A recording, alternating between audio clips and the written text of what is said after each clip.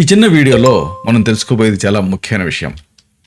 పెద్ద వయసులో ఎలాంటి ఆహారాలు తినాలి, వయసు మళ్ళిన తర్వాత అజీర్తి, గ్యాస్ ట్రబుల్, పొట్టొబ్బరింపు, పుల్లటి తేన్పులు లాంటి సమస్యలు ఇబ్బంది పెడుతూ ఉంటాయి. మెయిన్గా 60 ఏళ్ళు దాటిన తర్వాత ఆహార నియమాలు పాటించారనుకోండి, అవే ఔషధాలుగా పనిచేస్తాయి. భోజనంలో ఆకుకూరలు, కూరగాయలు, పండ్లు సగం పళ్ళు నిండా ఉండాలి. పావు వంతేమో గింజ ధాన్యాలు, ఇంకో పావు వంతేమో మాంసకృతులు ఉండేలాగా చూసుకోవాలి. ప్రతిరోజు ఏదో ఒక ఆకుకూరని 100 గ్రాములు తీసుకుంటూ ఉండాలి. దీని ద్వారా మనకి ఇనుము, కాల్షియం లాంటివి లభిస్తాయి.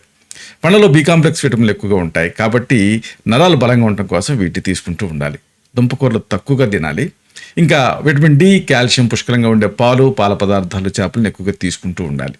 మలబద్ధకం సమస్య రాకుండా ఉండటం కోసం పీచు ఎక్కువగా ఉండే పండ్లు, కూరగాయలు, ముడి బియ్యాన్ని ఎక్కువగా తీసుకుంటూ ఉండాలి. ఉప్పు, చక్కెర బాగా తగ్గించాలి. ఫ్రై చేసిన వంటలు తినద్దు. సరైన సమయానికి భోజనం చేస్తూ ఉండాలి. ప్రతిరోజు అర్ధశక్తిగా వ్యాయామం చేయాలి.